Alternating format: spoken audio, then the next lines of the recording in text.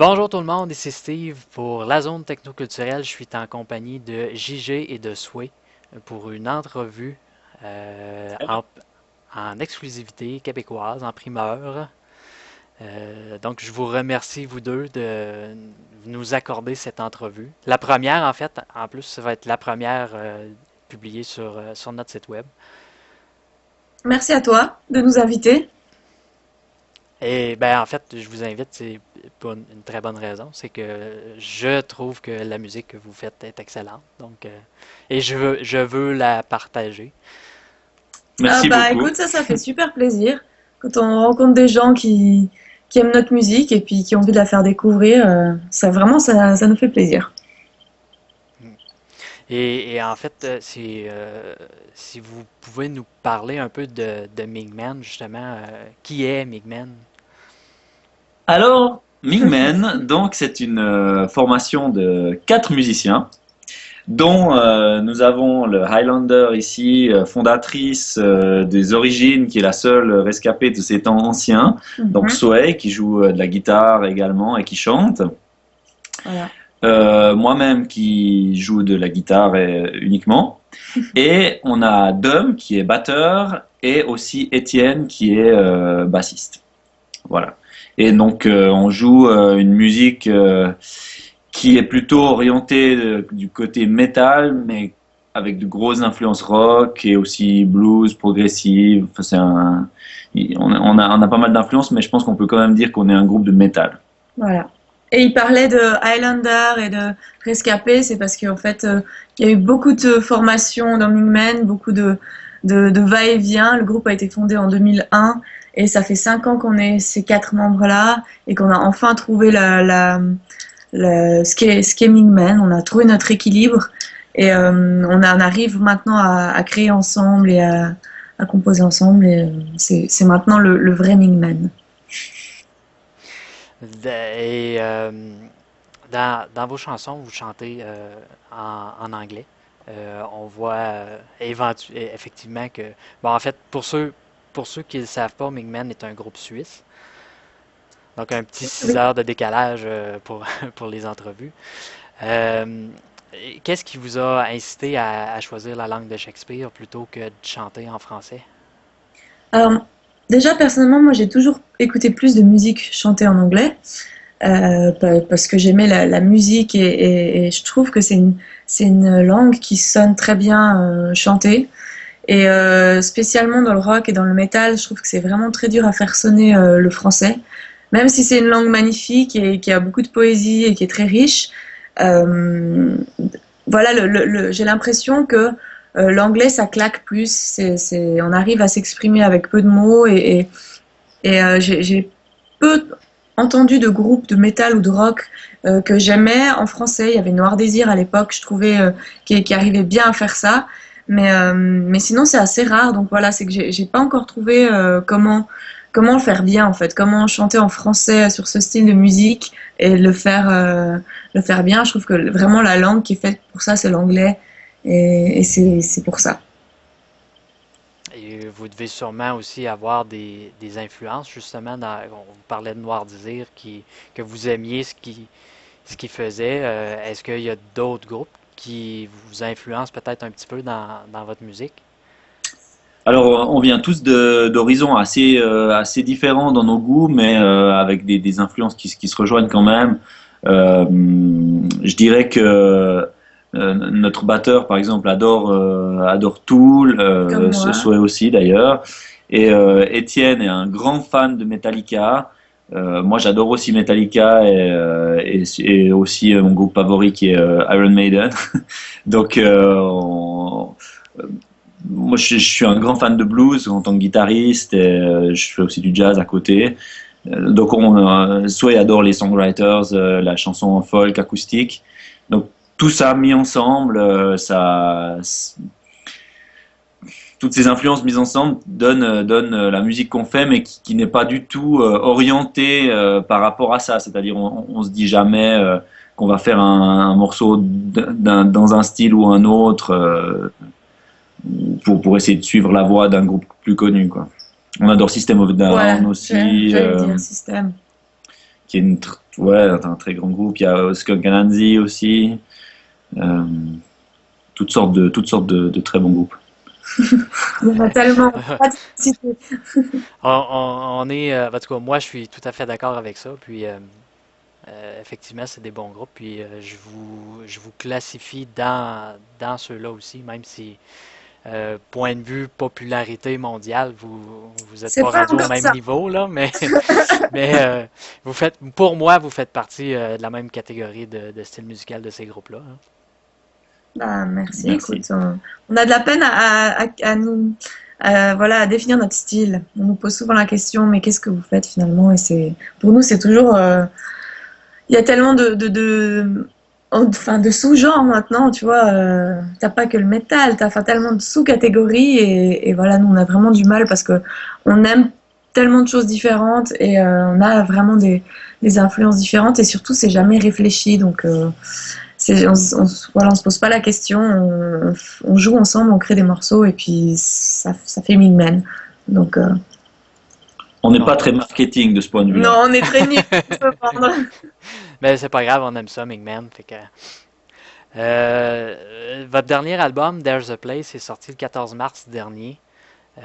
Dans les vidéos qu'on voit sur votre chaîne YouTube, qui est World of Mingman, on en apprend un petit peu plus sur la conception, puis sur les textes qui sont derrière certaines chansons. Euh, il y en a deux, entre autres, qu'on apprend, c'est Cross the Line, puis Doesn't Matter, qu'on apprend que c'est vraiment des chansons beaucoup plus personnelles. Est-ce que l'album au complet reflète un peu ces chansons-là? Est-ce que c'est personnel au complet? Alors, en tout cas, d'un point de vue du point de vue de la démarche, il est très personnel cet album parce qu'on a voulu faire quelque chose d'absolument réel, c'est-à-dire qui correspond à ce qu'on est, à l'instrumentation qu'on est. Il n'y a pas du tout d'artifice de production, d'instruments additionnels, de sons externes. C'est vraiment nous et nos instruments. On a enregistré ça en live pendant un mois. On a habité en studio pendant un mois, un studio analogique. Euh, et même la pochette a été faite en vrai. Donc tout ce qu'on peut voir sur la cover, c'est du vécu, c'est des choses qu'on a accomplies ensemble les quatre, et avec l'aide évidemment de photographes et graphistes. Et en ce sens-là, l'album il est très personnel. Ouais. Maintenant, les textes sont écrits exclusivement par Sway, donc je pense qu'elle pourra en dire plus sur leur contenu et leur. Ah bah, de toute façon, pour moi, les textes, c'est toujours personnel parce que ça, c'est toujours voilà, des émotions que je vis moi. C'est pas forcément toujours à la première personne, c'est pas forcément non plus toujours des choses qui me sont arrivées à moi, mais c'est ce que je vois autour de moi, que j'entends, que je lis. Donc, c'est toujours de toute façon personnel, ça a toujours été dans tous les albums. Après, c'est clair que j'évolue aussi déjà en tant que personne, en grandissant, en apprenant, et j'espère, enfin j'essaye d'évoluer aussi dans l'écriture. Donc, et d'oser peut-être raconter des choses, de mêler un peu plus d'histoires vécues. Et, enfin, pour moi, l'écriture, c'est un peu une thérapie. Donc, enfin, comme je pense pour beaucoup de gens qui écrivent des chansons, qui écrivent des livres, voilà, c'est une façon d'aller mieux et de lâcher un peu toutes ces choses négatives qui peuvent nous arriver. Donc, forcément, c'est personnel. Et ce qui est important pour moi, au-delà du fait que ce soit personnel ou non, c'est déjà que la qualité de l'écriture soit meilleure d'album en album. Et bon, après, j'écris dans une langue qui est pas ma langue maternelle, donc forcément, c'est pas toujours évident pour la formulation et c'est pas toujours évident de savoir comment retransmettre comme il faut ses émotions, mais c'est ce que j'essaye de faire en tout cas. Puis, justement, dans vos vidéos qu'on voit sur World of Midmen, on se rend compte qu'il y a beaucoup d'humour qui est relié à ces vidéos-là, puis dans l'entourage aussi. Qu'est-ce qui explique justement le contraste entre les textes qui sont un peu plus sombres, puis l'humour qu'on voit dans ces vidéos-là? Alors c'est très drôle parce qu'on nous pose aussi souvent, enfin les photos aussi du groupe, on est toujours comme ça, on a l'air hyper méchant, hyper sérieux, alors qu'en fait on est tout le temps en train de se marrer, qu'on est des gens, je pense qu'on est tous des gens assez sympas, et puis on se prend pas du tout la tête, c'est juste que voilà, on fait un style de musique où, enfin en tout cas moi les textes, j'arrive pas à écrire des choses joyeuses parce que quand tout va bien, quand je suis joyeuse, je ressens pas le besoin d'écrire. C'est quand ça va pas, quand il y a de la frustration, de la colère, de la tristesse, c'est là où j'ai besoin d'écrire. Donc, j'ai pas encore réussi à écrire une chanson joyeuse. Peut-être un jour ça arrivera. Je vous tiendrai au courant, hein. Mais donc, justement, c'est ce contraste-là, c'est qu'on est tous des gens très joyeux, mais on fait une musique, on aime la musique déjà, la musique qu'on écoute, on aime des choses profondes qui ont un sens et on essaie de transmettre des messages et que ce soit pas juste quelque chose de futile et pour faire danser les gens, quoi. Donc forcément, il y a un côté grave et il y a un côté profond dans la musique et dans les textes, mais nous, on n'est pas vraiment comme ça. Ouais, On est schizo. on est vraiment. Mais non, c'est-à-dire quand on fait la musique, quand on l'exprime, quand on communique ça, on est totalement derrière ce qu'on fait et il y a toute cette dimension dont Sway parle. Mais par contre, avec The World of Mingmen, on essaie de montrer l'envers du décor et puis de montrer aussi comment sont faites les choses, quel est le processus derrière. Et c'est pas parce qu'on parle de choses graves ou qu'on remet en question la société ou des choses comme ça qu'on peut pas être gay dans la vie de tous les jours et puis avoir envie de se marrer. Et des fois, c'est vrai que certaines personnes nous perçoivent, quand ils voient que l'image, pensent que c'est vraiment un truc, c'est métal, attention. On est méchants. Mais en même temps, on est des gens comme tout le monde. Ça vient un peu équilibrer les choses. Voilà, tout à fait. Depuis le lancement de votre album, vous êtes maintenant rendu au quatrième spectacle, je crois. On n'est plus tout à fait sûr, en fait. On n'est même plus Ouais. sûr, mais Euh, en tout cas, ouais, Oui. tout à fait. Ouais, ouais. la réaction de votre auditoire vis-à-vis ce troisième album-là, est-ce qu'elle est bonne? Oui, pour le moment, disons, on n'a pas encore eu de retour négatif par rapport à l'album. Personne nous a vraiment fait de critiques en nous disant ouais non mais quand même ça. Au concert, les gens restent, sont attentifs, écoutent.